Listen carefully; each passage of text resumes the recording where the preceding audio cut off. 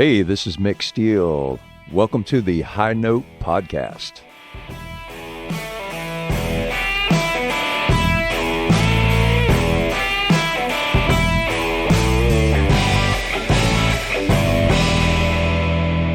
Shit, man, you got the voice, Mick. You got it going on. Yeah, before you leave, we need to do like a promo, like "Welcome to the." It's just randomly. Welcome to the High Note Podcast with Hank Berman and Jesse. Just to have that voice on there. That's beautiful. Sure, we can do that. Yeah. Save us a chunk of change. I've always kept that as like the backup, the ace in the hole, in the hole kind of. If everything else goes to whatever. I seriously, I've always admired your radio voice. You've got that. You have the tonality. Hank's got a good voice too. I mean, you do have a solid voice. That's the ravages of vodka. When it comes to editing these podcasts, I don't have to really. The only thing I do is kind of kill some reverb, and that's about it. Yeah. But now I'm hearing his voice, and now I'm seeing the caliber of it's cool. It's cool. Anyways, so tell us about one. How do you know Hank? And I want to just dive into everything you do because it's very interesting, and I know that Ground Zero has taken the coast by storm. In my opinion, I hear about it all the time now. Yeah, I'm glad you asked that because I was kind of going over this in my mind of when Hank and I did actually meet, and I think it was actually before Morrison Brothers, wasn't it? Oh, yes. Yeah, but prior to... Yes. I want to say it might have even been when the band was playing, the band being changed to Eden, was playing the Thornton's place at the foot of the bridge, Ocean Springs Bridge. Biloxi. Oh, okay, the factory. The factory, yes. Yeah. And I remember, because Forrest Fields was a family friend. I'd known Forrest and his sister for a long time. And the band was making waves. People were talking about how good the band was, which they were, and I guess collectively and individually still are. But I remember going to hear you guys were doing the Smiths and some other stuff that nobody was really doing at the time, and I thought that was really cool. But yeah, we met, and then we just kind of hit it off and have been friends ever since, and talking business and other stuff as well. But I have to drop the Morrison Brothers story. Do you want to go into that? Yeah, go already? ahead. Sure. So this was sort of a high mark for us because we once Changed Eden got rolling really, really well, we played the Dock in Jackson, which I don't know if you were ever there, but it was out on the end of a pier. It was such a cool club. It was at the reservoir, the Ross Barnett Reservoir, and everybody would go there on Sundays, and everybody would go there normally after hours. But that being said, the Dock, and there was a couple other places that did really good nightly weekends, and you guys crushed it up there. Changed Eden was a big hit. So yeah, they were in the resort area, so they could stay up and later. So anyway, what ended up happening was like I said, it was out on the end of a pier, and so when you load out from after doing the show, you have to bring stuff all the way up to the truck, and then you walk back and get more. And so in doing that, this was me being naive, I guess, at the moment, but I didn't leave someone at the truck. And when we got to the hotel, we realized two of the guitars were missing. And it was, there were two pretty significant guitars. Yes. One of them, a Les Paul custom with the gold Bixby and all that stuff on it. And then the other one was a Fender Santa Rosa, which is a thin body, hollow body guitar. Right. Pretty rare, I would think. Yeah, I mean, yes. you don't see those out much back then. So the next day, I go to Morrison Brothers. I knew Hank was at Morrison Brothers, but I go into Morrison Brothers Music, was on the south side of Jackson, and I see Hank and just put the word out to him, hey, if you hear of anyone wanting to sell a Fender Santa Rosa or a Les Paul custom, please let me know, because two of ours were stolen that night. So it wasn't a day or so. Hank brings me up, hey man, your guy came in. And so he got his number. And back then you could actually call, when 411 still existed. Oh my gosh, I forgot about 411. Remember directory assistance, Yes. And so what I did was and I'd done this before, so I know I could do it, but I dialed 411 and just, I have the number, but for some reason I don't have the address. Can you give me the address to this? And they did. And she gave me the address Turns out it was right behind Morrison Brothers. Yeah. So I ease over to that house and kind of check it out. And you're not supposed to do this. I hope I don't get in trouble for doing this, but disclaimer, don't try this at home. disclaimer, yeah, don't. So I popped open the mailbox and I looked on there and I got the name. Right. So I had the name, the location, the phone number, called up Deputy Ketchum. Nice going, Columbo. Yeah, man. And it was like One more thing. And sure enough, man, it was, and the process started rolling. Yeah. And we were on a gig in Starkville actually, and I get this phone call and this guy saying, "Hey, heard you had some guitars missing, and I think I know the guy that has them." And and I'm going. Right. So I'm going, yeah, I think I do too. Wow. Busted. So I'm like, look, cut to the chase. Here's the deal, man. You need to get those to Deputy Ketchum, and I ended up, we went through the whole process where we went to court, small claims court and all this. And I just charged them for the time Sure. and the Well, expense, nice right. or whatever. Yeah. But just, not the mental but cruelty. it was a success story. Yeah, it was. On my end, I had moved up to Jackson, and I lived in Jackson I lived there for 10 years. But it was almost a rite of passage was Morrison Brothers music. It was like everybody that played music, professional musicians in Jackson, worked there. At Morrison Brothers, I'm going to kind of spread this out. Morrison Brothers was the place. I mean, they always had the first of everything new. They had clout, the brothers. They were in good with the reps and all. So there was always new stuff there. And it was kind of like the story is kind of like I'm like Starsky or Hutch and my little Huggy Bear out there. Man, word on the street is, that kind of thing. I told this guy, he says, I can find him for you. And he's the guy, this guy went and he did the legwork because he was connected with those folk. I gotcha, man. The wherewithals. That's right. The inner circle there. Yeah. Don't really live in the rigidness of law and order. Yeah. But anyway, but it was a good story because a happy story because they got them back. We got the guitars back, man. That's rare. That's rare. When something it is missing, rare. It's a big world out there, and sometimes these guys they do what they can, but I've had. I think it's another rite of passage is having something stolen. Yeah. Not something that you want to be able to brag on or to say, but we've all, for the most part, been there. 99% of us has, especially back in those days. And alcohol didn't much help either, not paying attention sometimes. But I remember leaving a gig once, and I was going in this after hours place where everybody went back then when there was such a thing as jam sessions on the coast, which is one thing that I think the coast misses is, a way for the musicians to bond together. And it wasn't so much, I'm playing over here, or this kind of thing of, trying to elbow you out. It was, everybody worked together. They really did. There's always that competition, which is part of the job. But anyway, so I had a van and pulled up to this place and locked it, went inside, came back. My brand new guitar was stolen and had some leads, but I didn't have the happy ending that you guys did. That's why I'm so fond of that story because it has the happy ending. It does. And it happened one more time. Did it really? Yeah, we did get another guitar back.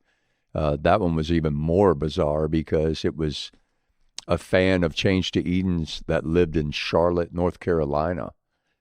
Wow. And it happened in Memphis. And so I get a phone call from him and he says, "Hey, my cousin lives in Memphis and his roommate came home bragging about stealing a guitar from Change to Eden and he hates his roommate." And so good for you. Good thing for y'all that he hated the roommate. So he gave me the address, the number.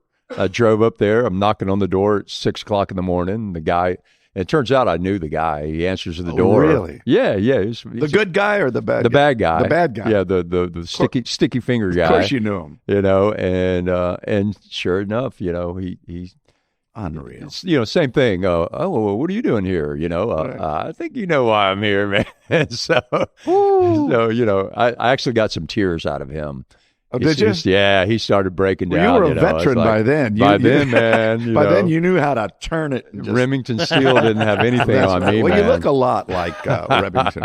That must be it. That's it. Those are my 2 success stories with the getting gear back. And that's great. They're few and far between, unfortunately. So where are you originally from? I'm originally from Gulfport. Okay, so you're a coast guy. Coast guy. Yeah, I got introduced to the music business, strangely enough, by I had a bunch of vintage clothing in the back of my pickup truck, and I went to a buddy of mine's crawfish boil, and that's where I met the Change to Eden guys. Huh. And it was literally like, hey, you guys need a stage image. Come check out these vintage jackets. They were from the old M. Salome store in downtown Gulfport. Oh yeah, he had the grandfather, right? Mitch's. Yeah, he would always put the leftover stock in the attic because he felt like the styles come back around, which they do. And so a buddy of mine ended up getting the contract, I guess you would say, to clear out the attic. And he and his wife started a vintage clothing store with all that stuff. I mean, it was so incredible. Curly jackets with the long lapels, still had the price tag in them. Oh, wow. I mean, it was amazing. And it went back. There was some stuff from the turn of the century in there. Really? Yeah. Union suits, which were these, underwear that I don't know what time frame that is actually from, but there were so much, thousands of ties, those real thin ties. Wow. Oh, it was amazing. So it was a lot of fun. But that was my introduction to the music business. Is these guys were like, well, hey, come by the rehearsal, and then, hey, we kind of need someone to manage, and then, hey, and the Cron McHenry had to leave from doing sound. That's right, Cron. Hey, can you do sound? And then it was, back then there weren't really schools that you went to for this. Right. I'm talking early 80s. Yeah. And I mean, maybe there were, but I wasn't wasn't aware what's of the them. one in Full Sail? Is that the one? Yeah, that was nowhere near being around. Right. Then, that's one of the more well-known ones. Yeah, it is now. And I recommend people, recommend young musicians or young engineers. I recommend it. Go get some knowledge on it, you know, and then get in there and start going after it, But that wasn't the way I went about it. But your story, you just stumbled into it. Just happened to go to a crawfish boil. Happened that Change to Eden was there. Yeah. It just ended up that way. And the Gary Smith, the guitar player with Change to Eden. He and I were both working at UPS. Were you really? And at the time, early 80s. Hey, good place to work. That was the place to work. I mean, UPS. It was like the best job on the coast, by far. And, one of the best ones. And and I think back on it now, I'm so blessed to have the parents that I do that are just so supportive. And that's great. But I'm sure deep down inside that had to break my dad's heart when I'm telling him, well, I'm going to quit UPS and I'm going to go on the road with this band because it just feels better. Did he give you the look, or did he give you the look away of? He probably did. He probably did give me that look, and I mean, I didn't. They gave me their blessing, and I think once I hit about the 5-year or 6-year mark. Of sticking with it. Right. They kind of, I could kind of feel that they were, on board. They were okay with it. They're like, okay, well, this looks like more it's than just a fleeting thing. Like just trashed my my career at UPS for that. Well, one thing that Jesse and you and I both have in common, Jesse's dad, well-known musician on the coast, played in the band Coast for years, and Bill, nice man, not just because Jesse's here or that Bill's listening. Hey, Bill. But we've all been blessed with parents that were supportive, or even more than supportive, were not non-supportive. Yeah, if that's what you want. And your dad, Jesse, being an experienced musician, he knows and knew, and my parents the same, never blinked an eye. If that's what you want to do, I'm sure behind closed doors there was that conversation. Oh my God, he's just like my brother, or just like somebody. What's he going to do? But we all had that support, and and there's many who have not had the support and have made it and have done quite well, way and far beyond us. but it sure does help. It sure does help. And It does. follow your bliss. Yes. Yeah, the muse. my parents, I was never built for college. I shouldn't have even gone to college.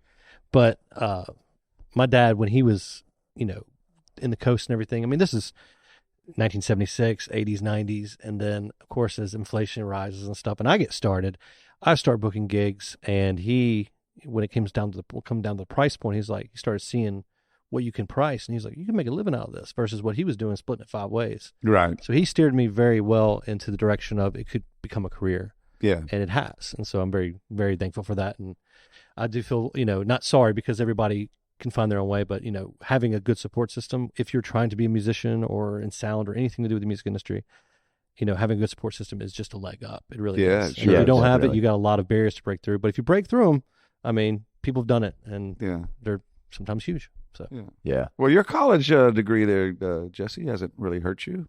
no, It wasn't a waste of time. It So was a lot of student loans though. So a lot of capital that could have I invested. call in you all someone the else. time. Would you like to pay a student loan? I can help you with that student loan. No, I'm actually almost. I think I have one more year on my student loans. I'm done. Really? Once I get that letter that the student loans have been paid off, it's going on the wall somewhere. You're going to frame it, put Oh, it over yeah. the mantle. That's a big deal. That's right. It is a big one. deal. Yeah. So You're one of the few that are.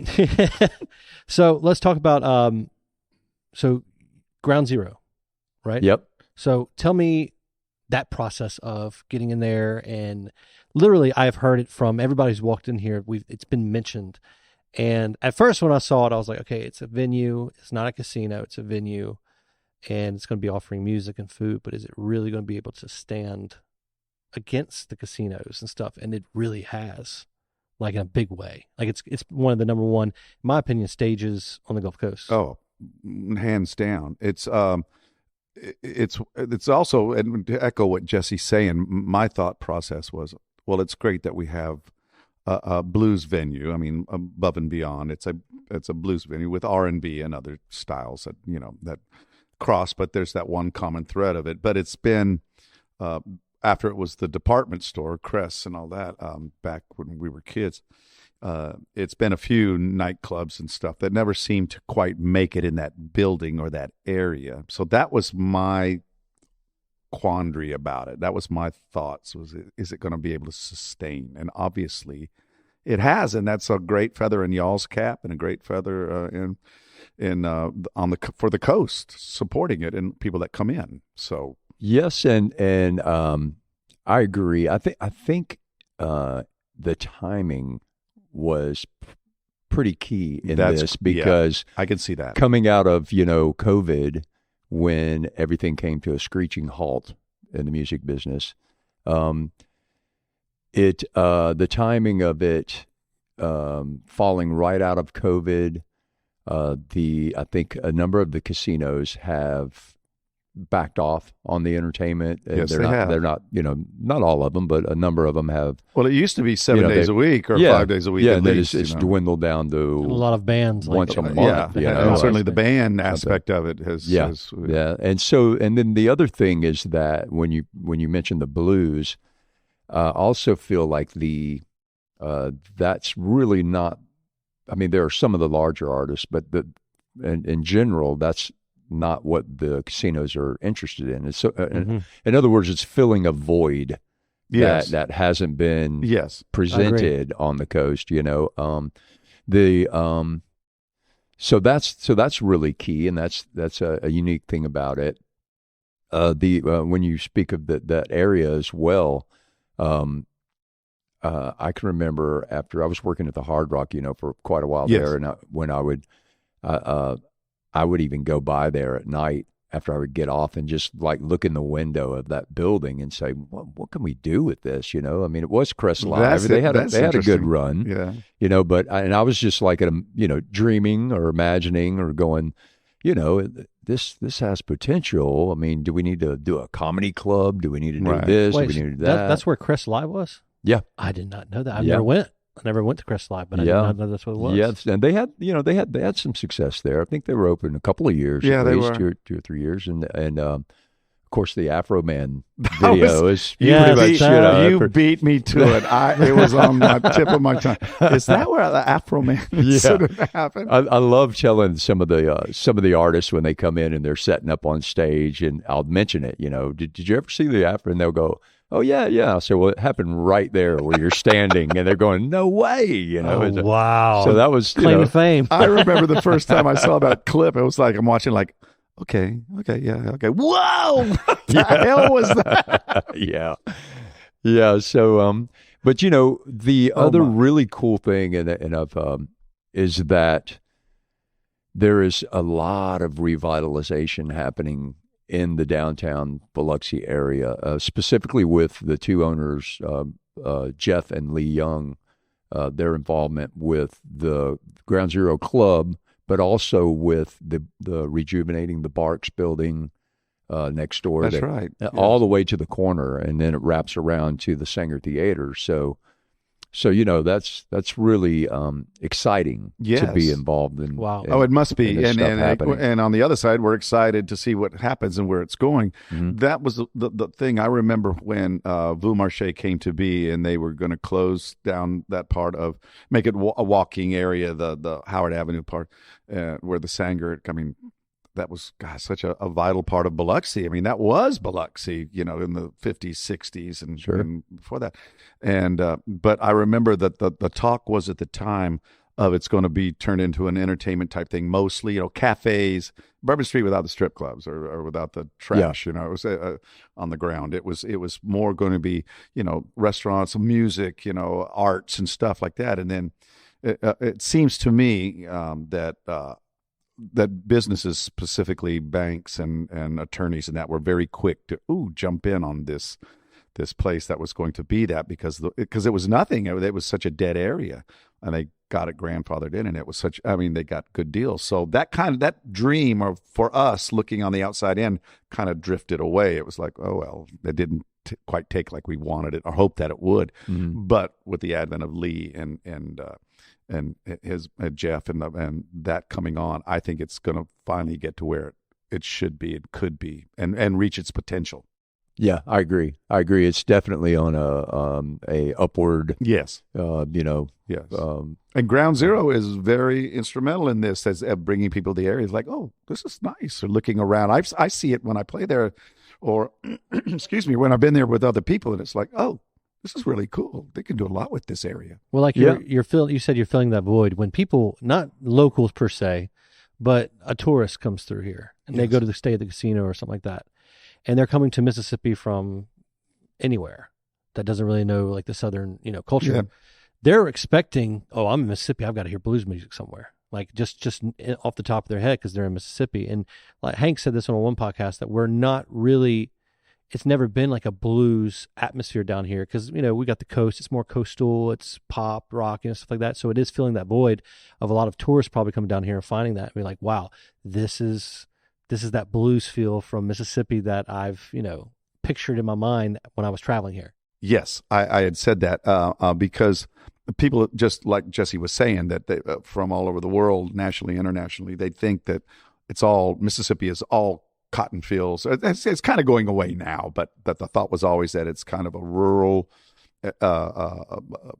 farming type thing, and the coast, of course, fishing. But that's and we all know that's not the case. But musically, it carried over, and people thinking, oh well, it's going to be Delta blues. Well, there's no Delta where we are. Well, and it's great music. Yeah, and we love it. And we all know, being from the coast, that the coast is sort of a separate entity in all, right. From the rest of the New Orleans state to Pensacola or Panama City, it's a whole different thing than the rest of our states. But that's the important thing about the original Ground Zero that Bill Luckett and Morgan Freeman started in Clarksdale.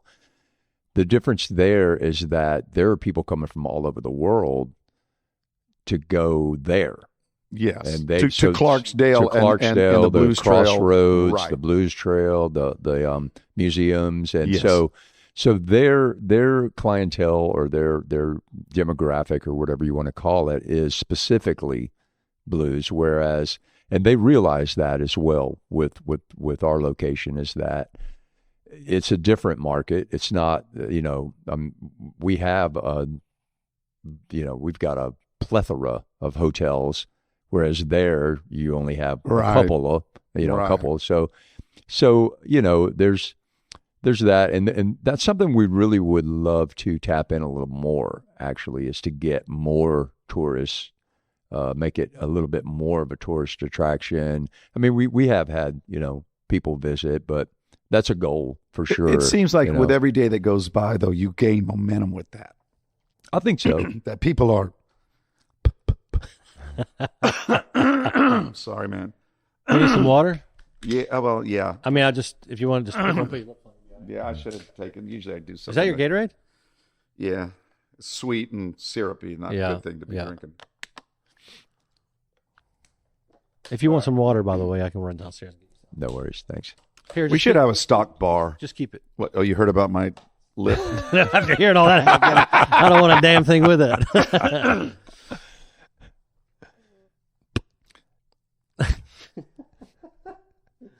But I think with every day that goes by, again, that it becomes more tourists come in because it's getting the reputation and it's known for it, the music, and hey, it's a great place to eat. It is. The food is excellent. It sure is. And Chef BJ is our main chef, Lou, and trying to get everybody in, but. He's quite the accomplished chef. They've Mike and all those guys have competed before in a lot of competitions. Oh, is that right? I didn't know that. And he's a multi-award-winning. If I'm not mistaken, the festival that he was just involved in, the Bacon and Beer. Yeah, I think it's Bacon and Beer Festival. He won an opportunity to go to the international competition and I think he's been to it once before. He told me that he placed 8th in the world. In the world? Yeah. Wow. Yeah. Oh, wow. So yeah, there's definitely that talent there as well. It shows. And I enjoy it. And really, the thing that I really enjoy and find really incredible about Ground Zero in particular is the entire staff. I mean, from the servers, everyone involved with that project is positive, is enthusiastic, is, and all sharing in the common goal, and it really shows. And even the people that come there, before the grand opening, I was noticing that, the people are super enthusiastic. Oh, we've been wanting this. We've been needing this. We've been hoping for this. They all have really creative ideas. Everyone wants to help, get it lofted and get it up there and keep it thriving.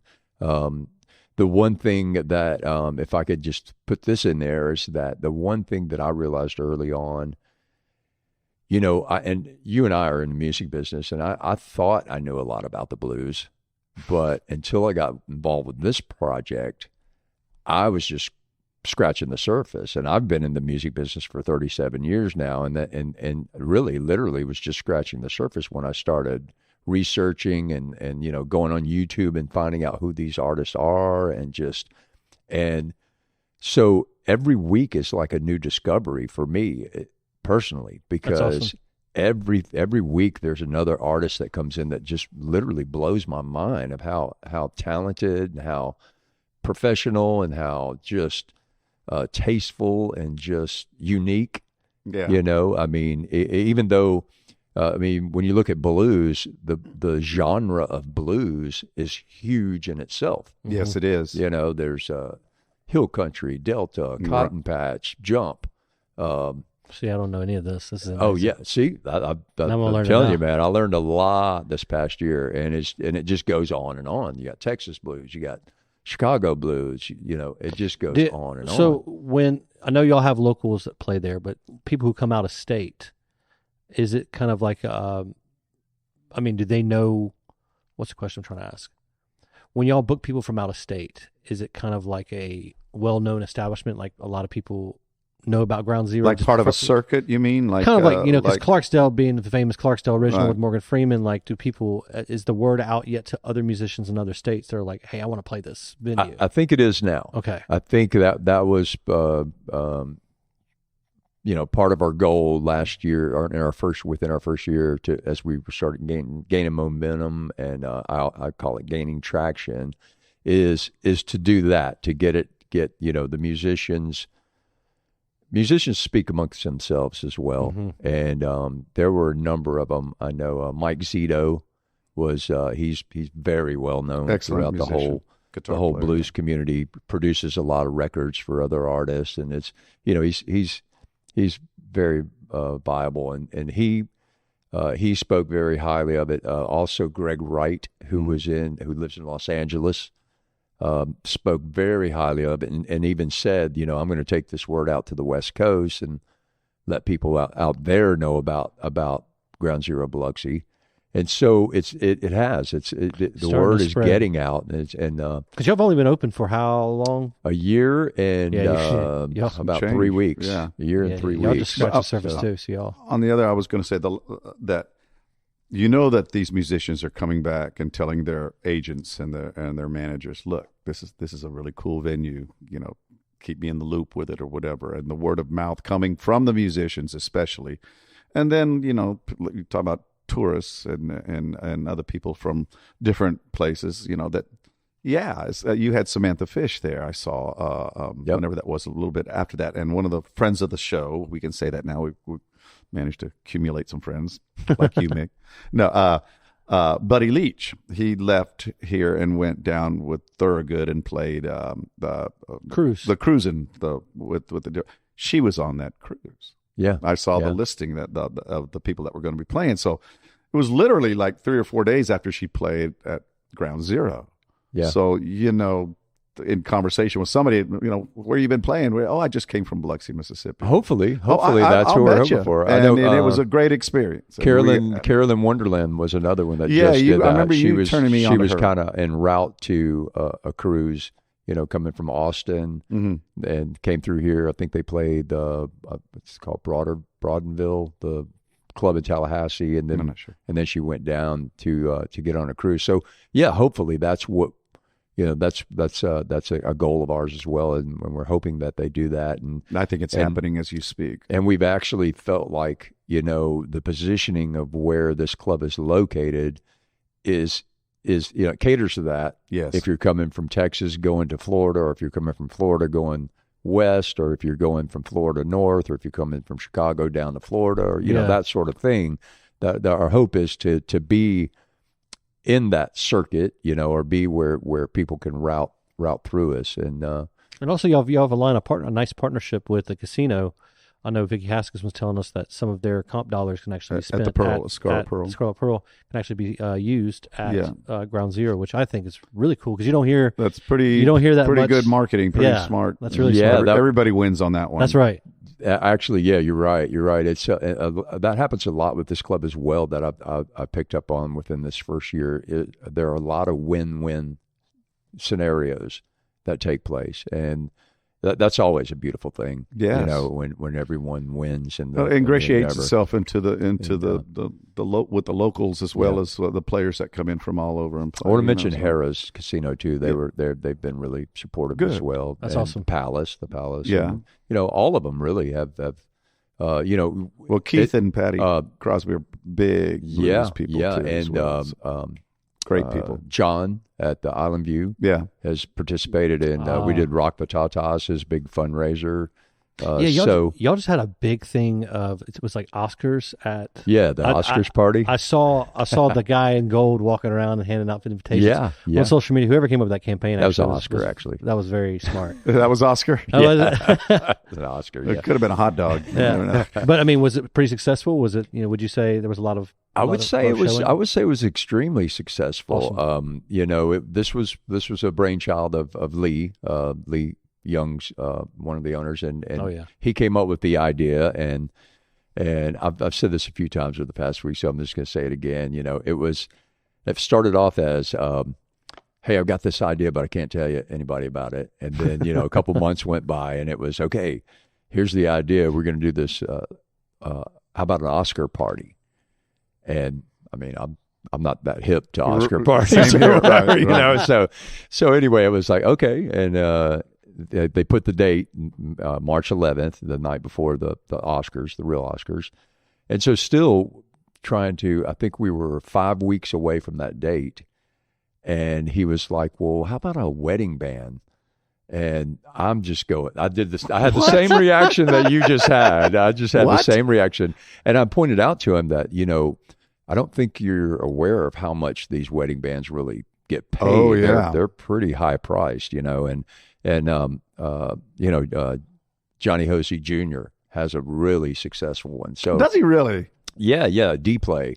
They do that? very well, very well. And so I reached out to him, you know, and got some feedback on his starting price, and took that to him and said, "See, I told you." You know? And so we thought, okay, what if we use the stock of talent that is local, that, you know, that work with us already, and try to build from that. And that's how it started developing.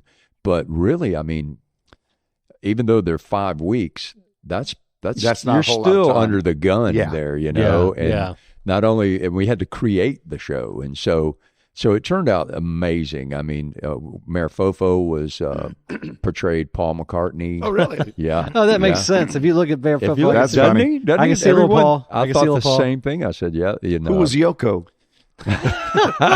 well, we did. I could have found that if I'd really pursued it, but Jimmy McIntyre from WLOX they were in for lunch one day, and he turned me on to his niece is in. I think she lives in Pensacola, but incredible vocalist, and she did Lady Gaga. Oh, really? Okay, Yeah. that's crazy that you actually asked, like you just brought that up, because I'm going to bring this up real quick. I might edit this out, but Jesse. Lori Beth, I'm not an agent, but Lori Beth with South Mississippi Living, she's a friend of mine. She's right. She told me, so her name's Ivy Hunter. She was asking me if I could help her get into the music scene. She's not in the music scene, but I heard her voice, and holy damn, like she super impressive, kills Lady Gaga. And when wow. you know, when we were, you know, again 5 weeks out, we're sitting at a table and we're going, well, and we started developing the idea of what this entertainment for this show would be, because it literally was building itself as we were going there, you know, and yeah, she was amazing. There was another one too. We've been doing this Rockstar Karaoke. Yeah, I heard on about the that. Thursday nights. It's been great. People have just really loved it and enjoyed it. And sure enough, there was one of the vocalists. We were sitting at that table that day, and we thought, okay, we can get the mayor to be Paul McCartney. Said, what about the guy that sang during karaoke? His name's Clinton Davis from Hattiesburg, but he was amazing. Hits these super high notes. I said, he kind of looked like Adam Lambert. Oh, okay. Kind of looked like Adam Lambert, had the beard cut in there. So I said, what if we reach out to him to do like Adam Lambert? You know Adam Lambert? Yeah. Adam Lambert sang with I know Queen. who Adam Clayton Oh, is, yeah. too. Yeah, Yeah, but Adam Lambert sang with Queen. He jumped almost right. like from like being a soloist, like Yeah. in an American Idol, just play second place to you're lead singer of Queen now. It's like, how high can you go after that? That's not an easy task, the range that Freddie Mercury it was surely in. isn't, man. That's And so you know, we were developing this. We got Titus that works down there with us did Prince, and we had right off the bat, I thought about Mike Collette. Yeah. I said, man, Mike Collette could do Bruno Mars. Yeah. Kind of has a similar look to that, you know. Yeah, that's true. April Smith Parkman, Beyonce. And so that's how we built this show. And we designed it so that each singer would only have to do 3 to 4. Chris Z, I can't leave him out. He did Elton John. And so, you know, we developed it more of like the Oscar parties that you go to after the Oscars. Right. It's like a party, you know. Gotcha. And they wanted it to be, Lee wanted it to be upbeat, danceable, stuff like that. So that's how we built that show, and it was such an extraordinary success. Even Marilyn Taylor was a singer with the karaoke. We needed someone to do Kiki D for the duo. Don't Go Breaking the My duet Heart. with Don't Go Breaking My Heart, and she jumped on board for that. So it wasn't really. They weren't just easy, simple tasks. They did Bohemian Rhapsody. And Really? knocked it out of the park. Yeah, Chris Huchin was on guitar. Matthew Williams was one of the keyboard players. And then Tank Smith, Kevin Smith from the unit band were the bass and drums. And then Roderick Crenshaw was the other keyboard player. And I gotta hand it to them because they had the brunt of it because they had to learn 3 hours of music. You're right. Oh wow! So they were the house band. Some of it, they were. It wasn't as difficult as others, but none of them had played Bohemian Rhapsody time-consuming ever. So it was. Yeah, and having a deadline that we got to have it by this. The deadline was coming quick too, man. So we had 4 rehearsals. We had 2 rehearsals the week before and 2 rehearsals the week of. That's it? And that's it. Wow. And they nailed it. They knocked it out of the park. I got to hand it to them. That's great. It was great. Kudos to them. Everyone had such a great time. I saw some pictures from it. Luann and Vic, were down there, and some of the regulars. But that's, David Delk as well. David Delk emceed it. He did a fantastic job. Well, that's great that it all came together. If only the people knew what was behind the scene and how it, Yeah. We only got 5 weeks left. What are we going to do? We got to get this. Got to get a move on. No, believe me, that was it. That was it. That was it in a nutshell. So once we got past March 11th, that's when I could actually breathe again. Okay, we made it. And so. So what's going to be the next thing? Has that come about yet, or is this? Yeah, it's constantly. I mean, it's constantly. But you can't talk about it yet. Well, no, we can because we're the next thing is Sundays. We're wanting to. This was in a meeting just this past week that we want to start launching the Sundays to make it. Big Chief. That's what I call it, Jeff Young, the owner. He feels like that. A 5-day week is going to be a little bit better than the 4-day week in respect to our workers, the servers, and that way, it'll be closer to a 40-hour week for them. That's going to be supportive of that, and we've had interest in it, and we've done some special events on the Sundays, but that's what we're leading towards is we want to get the Sundays off the ground, and we don't know exactly if it's going to be like a brunch that starts at 11. That's what I was going to ask you. Kind of like New Orleans, House of Blues. House of Blues, yeah, right. yeah. Theirs has been quite successful, and then there's the thing about is it going to be gospel or is it going to be this or is it going to be that? So it's still we've been developing it for a few months now, but it's just now that we're like going okay. Mother's Day is right around the corner. That's right. Yeah. Let's nail something down for Mother's Day. We've got another Sunday event coming up on the 2nd, which is a really cool one. It's the Pinetop Perkins Foundation from Clarksdale, and it's a tribute to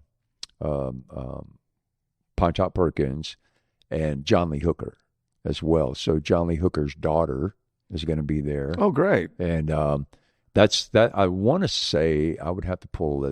I should know these things, of course, but I would have to pull out the itinerary to look at what time it actually starts. It is on the website, though. Okay, on the website, people can go and look at it on the website. Yeah, groundzerobiloxi.com. And that's going to be a special event. And then, so we've got maybe two or three Sundays between that and Mother's Day. And so we're wanting to get the Mother's Day as sort of the launch of starting to do it. And as we get closer to summer, so we don't have the specific timing 100% laid out yet, but it's in the works, and we've got some incredible ideas. April Smith Parkman has a couple of just wonderful ideas of things to do. Presenting something special that is fun and would be a cool thing. It's not going to go late night on Sundays. What are your hours now? What is Ground Zero's? The hours now are 11 a.m.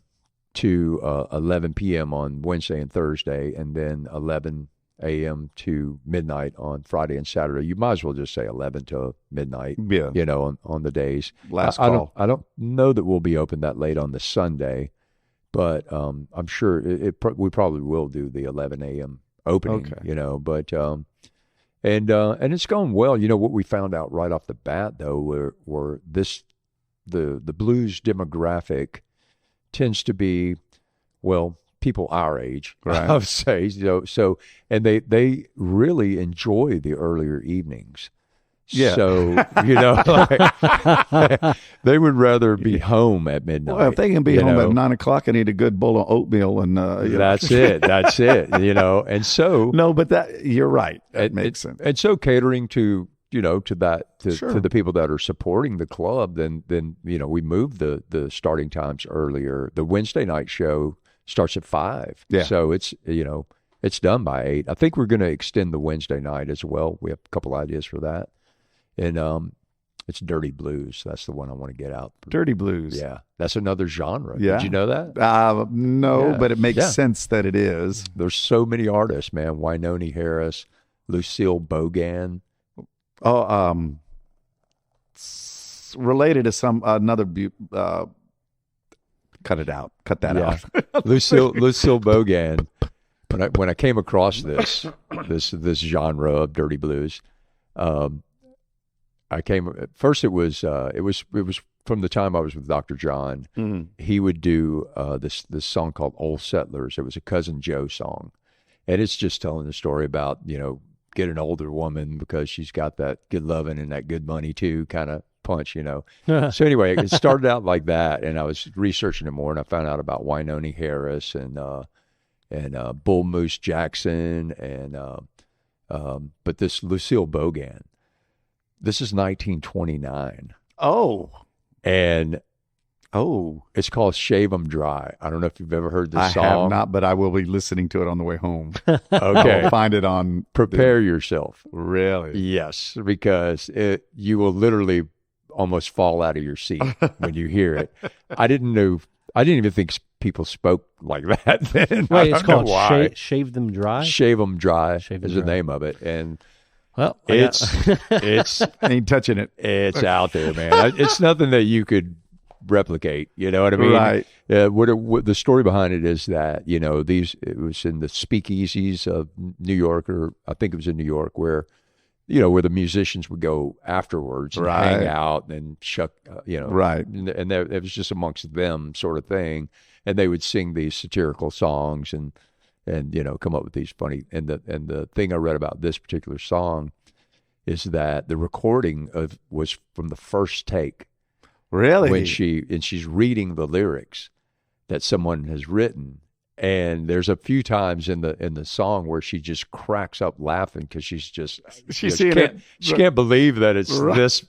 And I'll go ahead and say it, vulgar. I was going to say provocative, but it's vulgar. It's a little, I wouldn't. Provocative's not a good description. That's too clean. Yeah, it's way too clean, man. Well, there's also a song that made me think of one. Dinah Washington, who was not really known as a blues singer, I guess more early R&B singer in the 40s, 50s.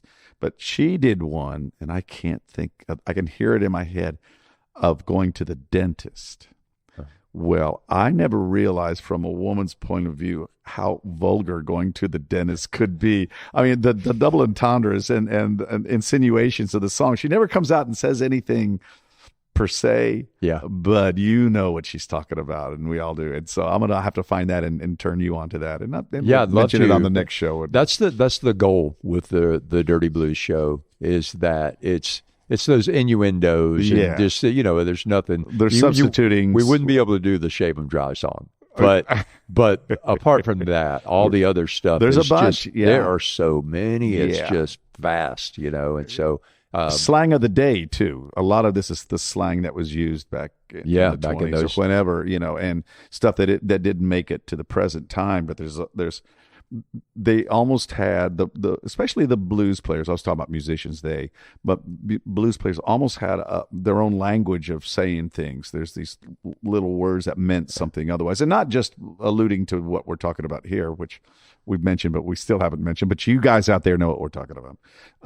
But there's all this other stuff that they would say that it's like it was their slang, their words for. I got to learn quite a bit of that while with Mac Rabenak, with Dr. John, because as you know, his dialogue is totally that. You almost have to have a translator to, what is he talking about? A friend of mine, and I've sang this song for so long. Right place, right time. I've been in the right, must have been wrong time.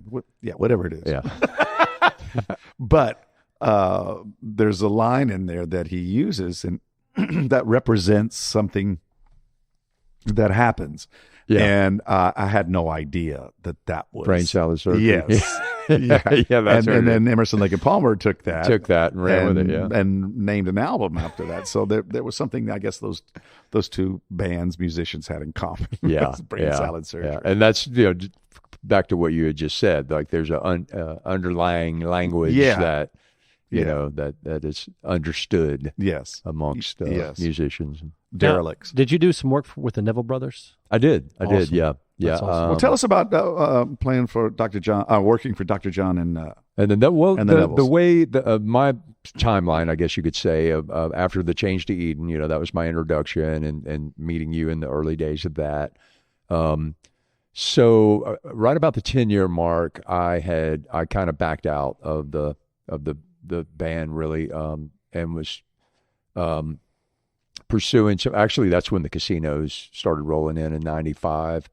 And I picked up some work at the Bayou Caddy over there. But then Jeffrey Jex, and I worked together with Change to Eden, and he had gone over into New Orleans and started working with Pyramid Audio, and so I was helping him with the Bayou Caddy Casino, and then gradually just made my migration over to New Orleans as well, and we were both working at Pyramid Audio, and then the production manager with the Neville Brothers, when he would need someone, he would pull from that stock of Pyramid Audio. He had spent some time there as well. So Jeffrey got on with the Neville Brothers, and then one of our other buddies, Rocky Tornabine, got on with them, and then I was kind of the next one in line, So as soon as the opportunity came available, I jumped on with the Neville Brothers.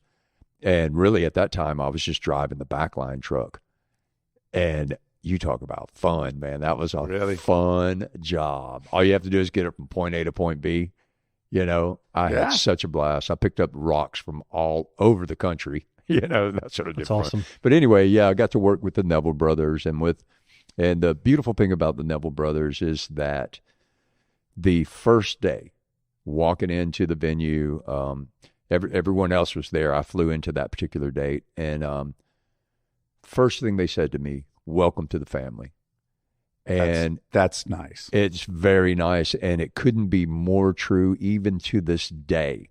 When I see Cyril Neville or Aaron or anyone from that family, the extended family, Omari Neville, Lyrica, all their kids, Ivan, all those, they recognize this as almost as if, like your cousins. That's great. Like that. That's such a great story to hear. It is, man, and it's beautiful, and it really feels that way. You feel it all the way through. That gives me respect now. I mean, like I know of the Neville Brothers, but now it makes me want to be like, if they're playing on the radio, I'm gonna keep it on there. Or, you know what I mean? Just nobody like the Neville Brothers. It's true. So it's so true, and throughout, and that's just me. Mm-hmm. So everyone else that have been, welcomed into that fold feel the same, the same love. Yeah, I would say, and it was beautiful, man. It was a beautiful thing. And then that was for about 3 years. And then, let's see, I was also doing some stuff with the Funky Meters, which was Art Neville and George Porter Jr., Brian Stoltz and Russell Batiste Jr.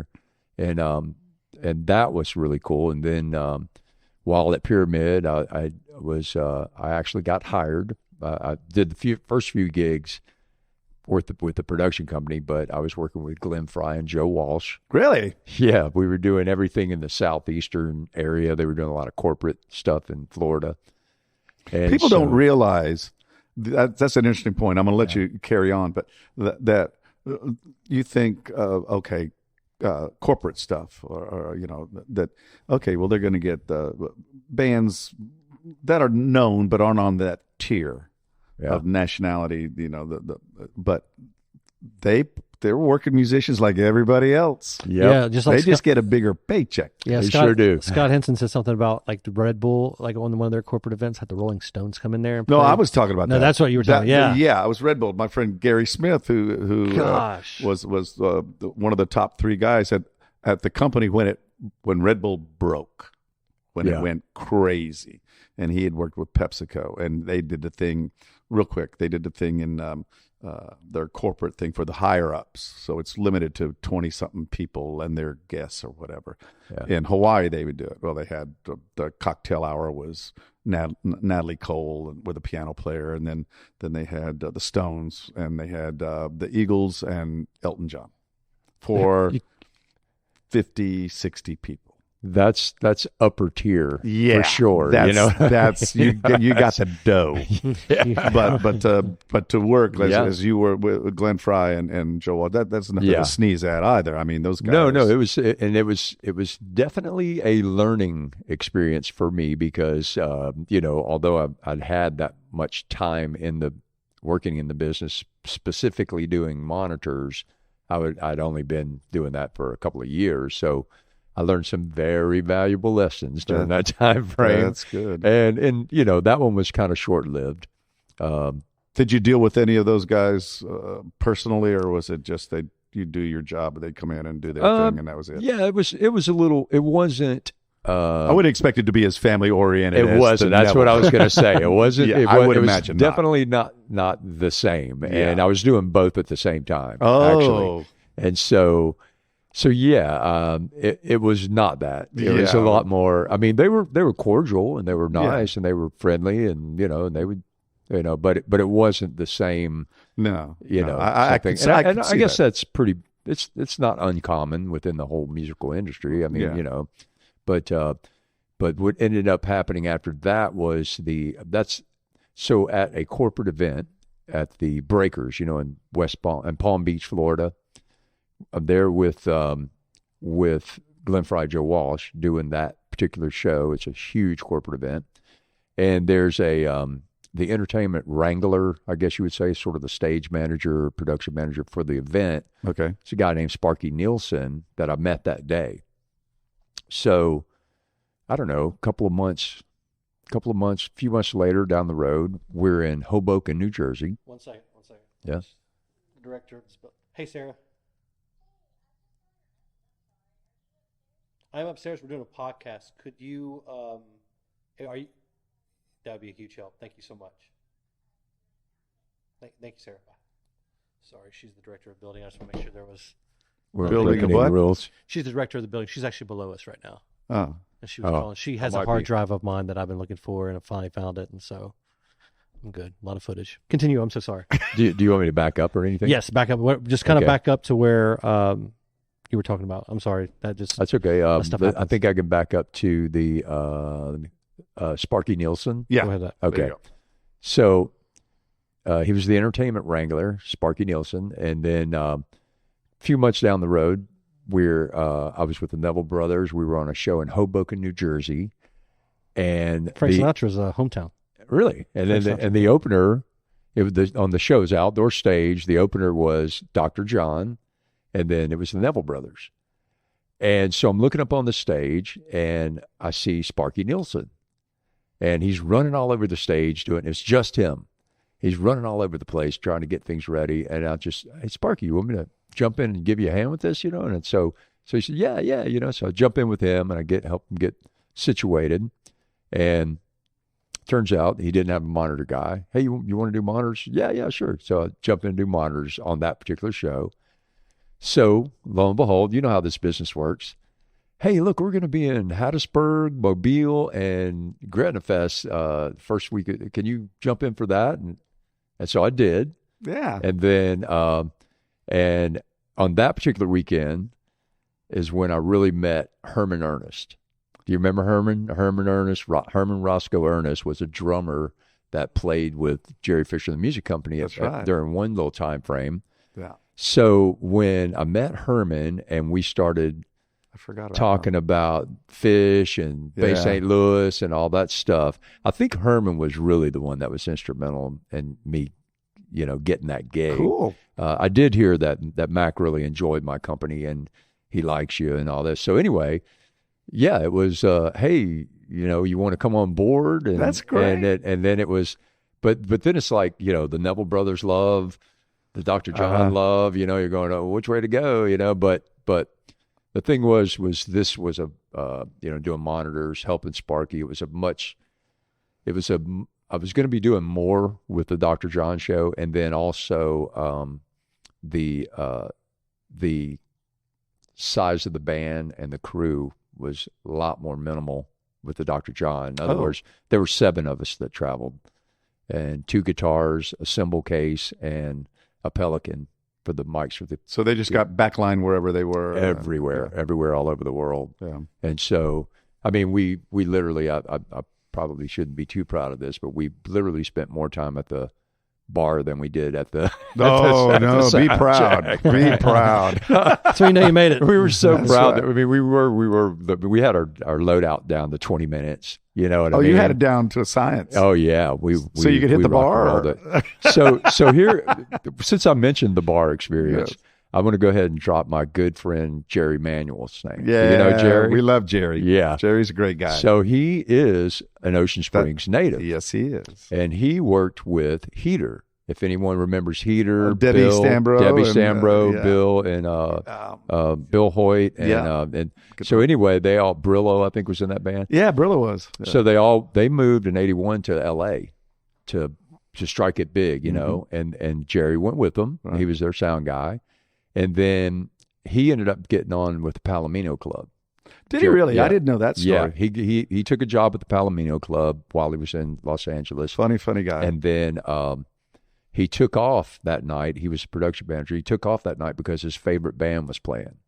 And he wanted to be off and see his favorite band. His favorite band's Tower of Power. Oh, that's right. He was Tower of Power's playing, and they don't have a monitor guy.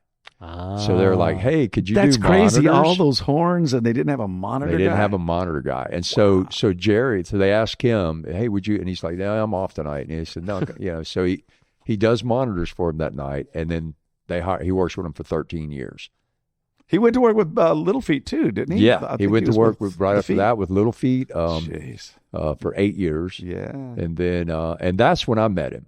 He was working with Little Feat. I was working with the Neville Brothers, and we were on a tour together, and we were doing this flip-flop where we would open one night, and then they would open the next night. We would open the next night. How fortuitous that y'all are on the same tour. And so we're on the tour together. We're in Atlantic City. That's great. And they opened first that night, and they were going to leave and drive on to the next location. And Jerry had all these friends. I had some friends that popped into town. He's like, hey, guys, can I ride on your bus with you guys, so I don't have to leave my friends? And we're like, yeah, of course.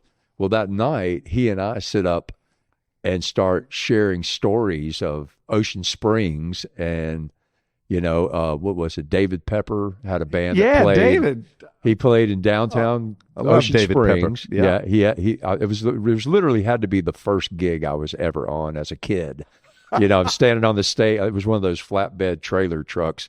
And I'm standing on the stage, and I was in heaven or whatever. But anyway, that was when The Streak was big. You remember? Oh yeah, they call him the Streak. Ray Stevens. A song about naked. So running through this. So that night at that street party in Ocean Springs, this had to be like 74, 3, 4, somewhere around there, 5. Anyway, he streaked. Jerry Manuel streaked that party. So he was a streaker. So he's telling me, we're telling all these stories, and then we start dropping names of who all we know, and of course we know everyone, know, and so So that was on that show, and then he got in touch with me and said, "Look, man, Little Feat's doing. We've got a show in New Orleans, a show in Boulder, Colorado, show in Denver. Can you jump in for the weekend and do monitors?" Like, yeah, man, I'd love to. Little Feat, hands down, my favorite band ever in the world. I mean, they're not mine. They're damn close to it. Waiting for Columbus is the best live record. Always been it for me. So I'm like, yeah, man, of course, So we do this that run that weekend. It was great. It was fantastic, and so I'll never forget. It was when we were in Boulder. I'd only done the one gig with them so far, and he said, "Well, look, man, the band really loves you, and they want to offer you the gig." So here I am. I got the chance to work for my favorite band in the world. That's cool. And I'm going, and so here's my answer, though. I said, well, bro, I just got on with Dr. John, and the Dr. John gig is the sweetest gig in the world.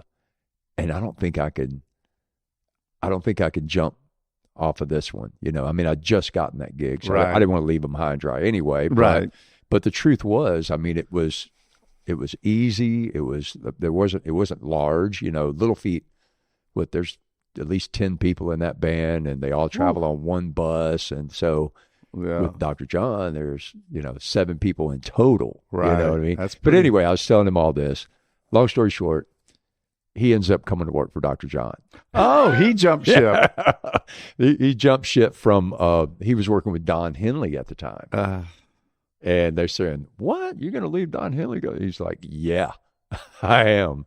And he was with Mac for, let's see, 10 years. Well, that says something from Mac Rebenak. I mean, that says something, bro. That if he's, and the Neville Brothers too. And nothing against Little Feat. Yeah, nothing against Little Feat, Glenn Fry, Joe Walsh, or any of those organizations. The other, I'll go ahead and throw my other one out there. Yes, please. It's your show. Yeah. I'll be kind of. That portion will be complete. But while working with Dr. John, the same management company, Impact Management, from New York, also managed the Gypsy Kings. No. Mm-hmm. And I wasn't hip to the Gypsy Kings. You aren't hip to them either, are you? Mm-hmm. It's mostly hairdressers know who the Gypsy Kings are. But they had the big hit back in I want to say, might have been the late 80s. It was 80s. Bombolero. Yeah. But the Gypsy Kings are made up of a family. It's actually 2 families. It's the Reyes family. And Jose Reyes in the 60s was Silver Fingers or something like that. He was a renowned flamenco guitarist. And so the Gypsy Kings are gypsies, from I think Hungary or no, I think Romania? I want to say Armenia. I want to say it's Armenia. Yeah, and then and they were That was a all good guess. they were moved to the south of France. So Arles, Montpellier is where they live in the south of France, in the Pyrenees, the Basque area. But what that was the family, the descendants of Jose Reyes. There's like 4 brothers, and then the Baliero family, which was 3 more brothers, and their siblings as well. But and those 2, so it was 7 acoustic guitars across the front. That's crazy. With a rumba band behind Try to them. EQ that. Listen, all fingernails, no picks. Yeah, it was all that's flamenco. That's triplets. Man, it was amazing, and the energy of I compared it to like a Grateful Dead show when the chicks jump up and start doing the spinning dancing. Right, same thing there. As soon as they would start, I mean, first note, boom, the energy would just go through the ceiling. Man. Wow. The people would jump up, they'd start dancing uncontrollably, and it was really amazing, and a family, huge family. So very similar to the Neville Brothers, right? As it was, you were welcomed in. You couldn't understand what they were saying, ça va, ça va. Well, that's good, I don't know. Yeah. What was? Well, if they criticize you, it might sound like, "Oh, appreciate it." Yeah. Yeah. Right. So I can't remember the other one. What's happening? Can't remember it right now. So very minimal communication. Very verbal minimal communication. Verbal communication, but we everyone knew, and that was the connection with Sparky Nelson. He was a production manager on that, but did that for 5 years. So that was my I mean, there's some other stuff mixed in there too, but that was the some of the highlights. Yeah, the highlights of it. That's pretty good, man. Well, question: if you had any words of advice for anybody who wants to get into management, sound production, lighting, anything that you do, what would your words of encouragement or advice be to some of those people? Because you've been there and done that. Yes, I have, and there are a few. I do this on occasion, and give advice on it. And like I mentioned earlier, one that I used to say a lot was to get, there are schools available now, and so you can do it that way. But from I've worked at the Coliseum. I'm in Stagehands Union, the IATSE union for 27 years now, and so the Gulf Coast Coliseum. Yeah, gotcha. Yeah, and in that particular trade or in that work capacity, which kind of pertains to all those, but the key is listen, pay attention, follow instructions. That's a key to doing that type of work, which is pretty much with any job, really. But it's very tedious too, because you're working with frequencies, and one little lever up or down could be feedback. So you I didn't have feedback, but that's how I lost the Glenn Fryer Walsh gig. But anyway, it didn't feedback, but I'll tell you the rest of the story later. But the advice would be something else that we also mentioned is follow your bliss. If you know what you want, focus on it, and it will come. You just work towards that, and you work, do what you can to get closer to your goal. They're working with a production company in New Orleans was a big leap, I would say, in as pertaining to my career and how mine made the jump from what we were doing with Change to Eden, we were doing it. We were, I was doing booking, we were doing shows, and you guys were really busy there. You had that stretch where you were we were considered a regional, southeastern region, but we would go up Kentucky, all the way from Kentucky to Texas to Florida, so that it was really the whole South. So, but going from that and going into the next level, and if I were to give advice to a sound person or a lighting person, would be there is a lot of wealth and knowledge that you can gain from working with a production company. We don't really have as many of them here locally. If we do have a few, they're small. Gearbox is a good one with Ron Myers. Yeah, Ron Myers. I was working a gig. I was singing at Golden Nugget. It was for the Queen's brunch, but I got to see Ron. I started asking him questions. And I was like, wow, just all the because we went to school together. We went to college together. Okay, great guy, great guy, man. And he's been definitely a go-to in with this Ground Zero project.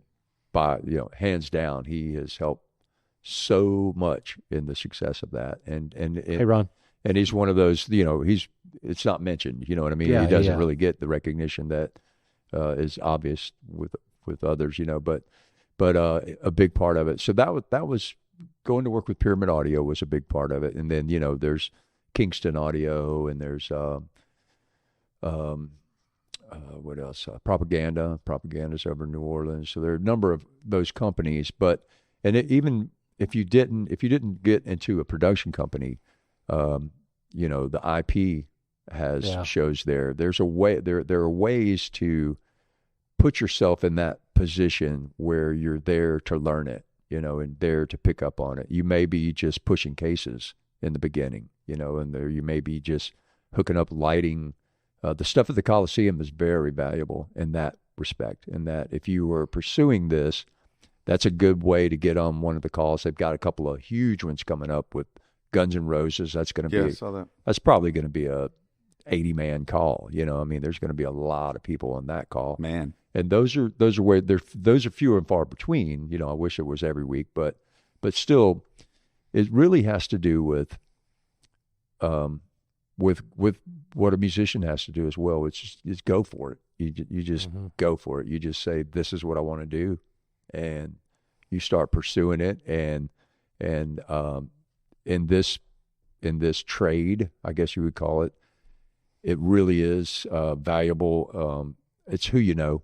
It's really a lot about connections and making a good impression with someone, and that can lead to another one. I mean, those stories. That's I just the common told, thread. Yeah, That's most everything is like listening to you talk, and most stories like that is how one thing led to another, fed into another thing, and it was that act that you're talking about to someone, and just get your foot in the door, just whatever it takes to start the process. Start the process. That's it. And I mean, it's good to have something to back as a backup plan. Sure. But there's a point where you have to commit. You do.